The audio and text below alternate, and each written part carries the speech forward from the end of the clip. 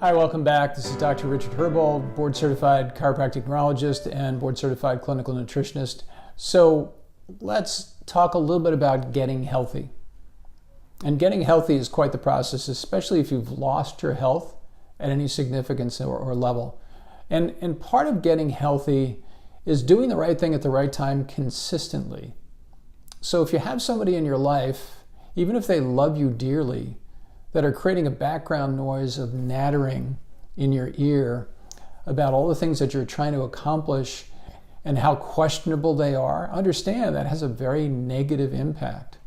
And for some people in our office, oftentimes having part of their relationships at home, whether it be a family member like a brother, a father, a sister, a grandparent, a parent for that matter, and getting them to understand that the consistency of doing the right thing at the right time is so critical for some people to pull out of the hole when they're suffering with their health. So what happens is that we have a multitude of different stressors in our life. They could be physical. Let's say you broke your leg and you have to have enough time to heal it. There could be mental, which is pretty straightforward as far as emotional stressors.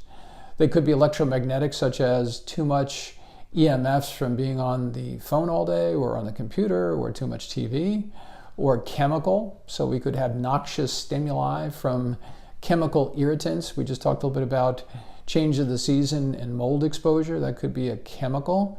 It could be that you're working in a fill-up station and pumping gas, or working around petrochemicals, or painting cars, or even being around noxious fumes like painters and hairdressers, and there's so many different vocations, and you wonder, how can I safeguard and protect myself? And sometimes you can't. But that having been said, what you need to do is be logical.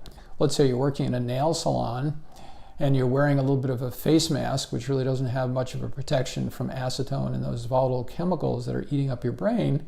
There might be a change in vocation, or there might be employing some sort of ventilation to improve the outcome as well too.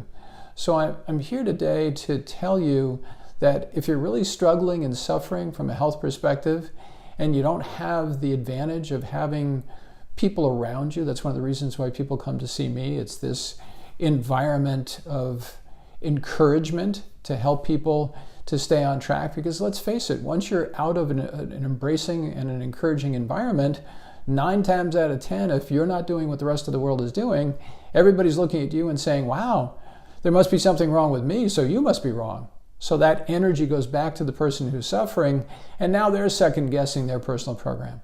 Well, really, maybe it's not that important for me to find my food triggers and eliminate those. Well, maybe it's not that important to have 8 or 9 hours of sleep at night. Well, maybe that's not that important for me to drink enough water, whatever the case may be. And it's more the social aspect that I see in my private practice of people who are encouraged to step outside of what's optimal for them, in particular with food, because food is so emotional and such a social component in our social structure.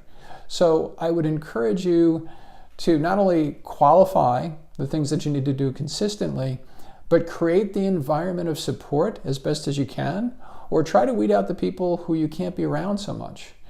When people go through a process of, let's say, when they stop smoking or drinking or things of that nature, oftentimes they really divorce themselves of the set of friends that they had before because it's just too challenging. And that's pretty severe, and sometimes people need to be severe.